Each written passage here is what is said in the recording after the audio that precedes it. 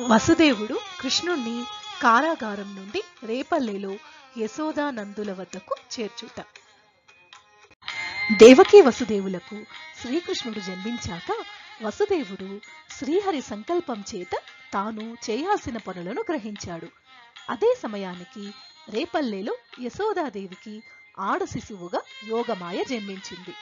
అప్పుడు ఆ ఊరి వారిని, ఊరి కావలి వారిని ఒక చిత్రమైన మైకం ఆవరించింది. వసుదేవుడు శ్రీకృష్ణుని జన్మస్థలం నుండి రేపల్లెకు వెళ్లడానికి ముందుకు కదలగా హరి మాయ వలన అతని కాళ్లకి ఉన్న ఇనుప గొలుసులు, అతుకులు, చేతుల సంకెళ్ళు విడిపోయాయి. తలుపుకున్న తాళాలు ఊడిపడిపోయాయి. ద్వారాలు తెరుచుకున్నాయి.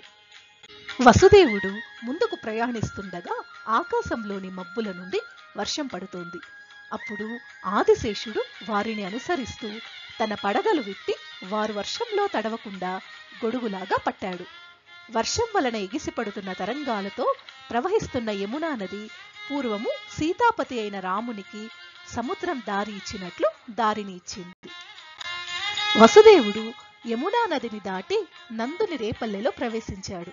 అక్కడ గొల్లవారందరూ గాఢమైన నిద్రలో ఉన్నారు.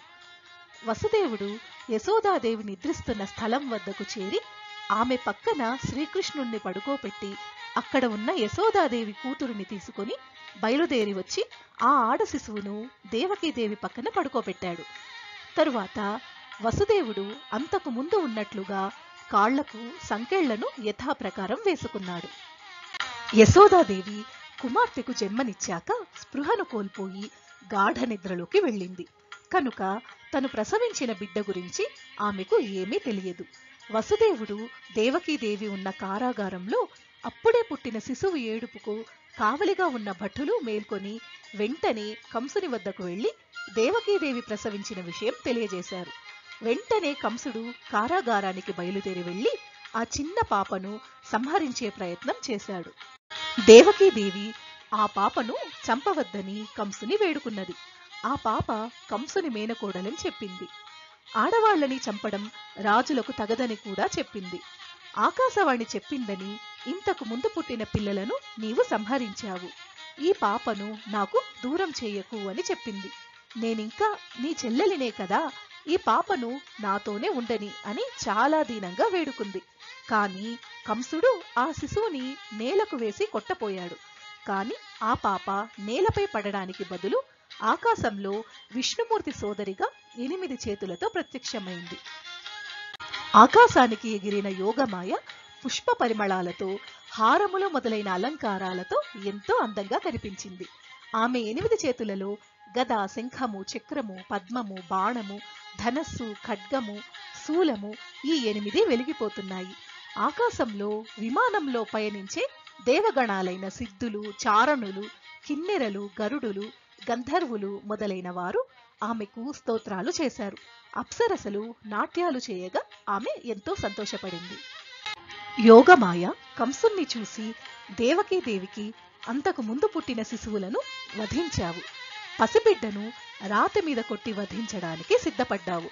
నీ వీరత్వం ఇదేనా? నిన్ను సంహరించేవాడు ఇంతకు ముందే జన్మించాడు. అతను వేరే చోట ఉన్నాడు అని చెప్పి అదృశ్యమైంది. తరువాత ఈ భూమిపై ఎన్నో చోట్ల వేర్వేరు పేర్లతో ఆరాధ్య దేవతగా పిలువబడుతోంది.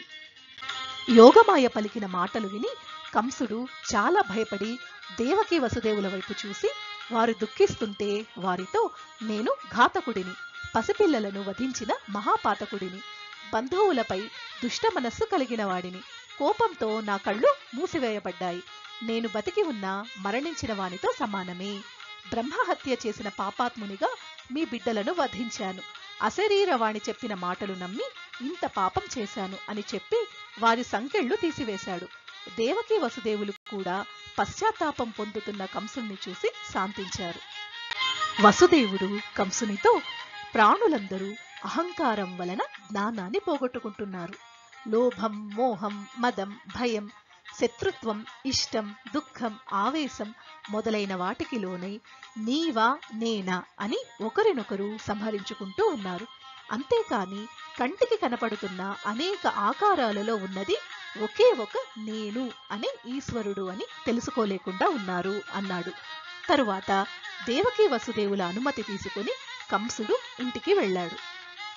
కంసుడు మరుసటి రోజు ఉదయం తన మంత్రులను పిలిపించి యోగమాయ చెప్పిన విషయాన్ని చెప్పి సలహా అడిగాడు.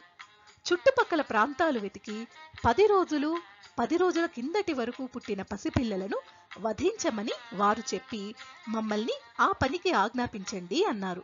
వారి మాటలను విని అది తప్పు అని ఆలోచించకుండా తన అనుచరులైన రాక్షసులను పసిపిల్లలను చంపడానికి పంపి కంసుడు తన అంతఃపురానికి వెళ్ళిపోయాడు.